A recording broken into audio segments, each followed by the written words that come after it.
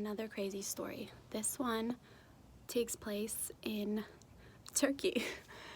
Okay, so I was at the bus station because I was taking like a mega bus type thing into Bulgaria. So first off, these like two guys try and coerce me into getting a different bus ticket when like I was like, okay, like they were like, oh, you can just come, chill at my place, it's all good. I was like, no. Okay. But so I get on the bus and I sit next to this Bulgarian lady from Plovdiv, and she only word she knew in English was wow, wow. And I like somehow figured out that she would travel between Turkey and Bulgaria like several times a week for work. I don't know. But she was wow the whole time.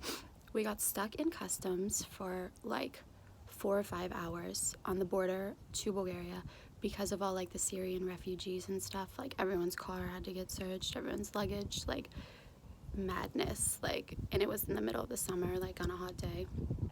The line was terrible. But that's not the main point. So like these buses are like very old, okay? Like this is not America. Like they do not have high-tech stuff, like it was wobbling like the whole time, and there was no plugs, okay?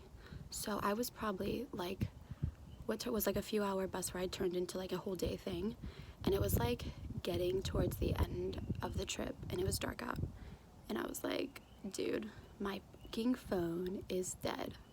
Like I'm gonna get to this joint, to this country, okay, and like have nowhere to stay, like I don't even know what language they were speaking at the time. I didn't even know it was like Russian, so I couldn't read anything.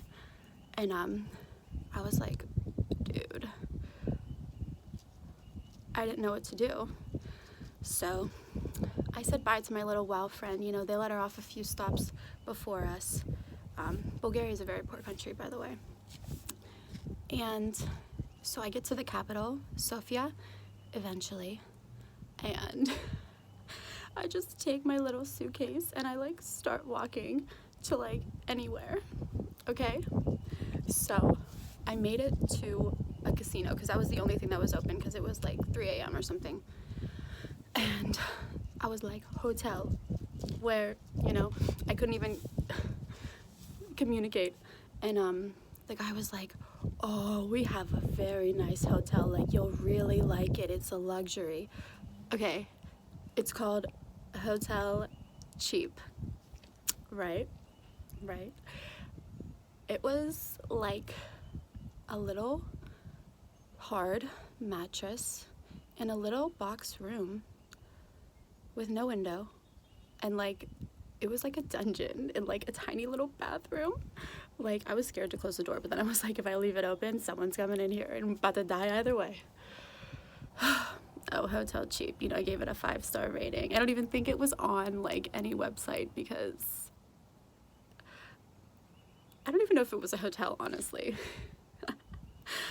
But yeah, he was just so sure that it was like a luxury place. He's like, Americans will like it. He's like, American girl, you'll like it. And I'm like, okay. Listen, I was hopeless, okay? It was crazy. I should have just stayed with my little WoW friend. She invited me, but at least I'm alive.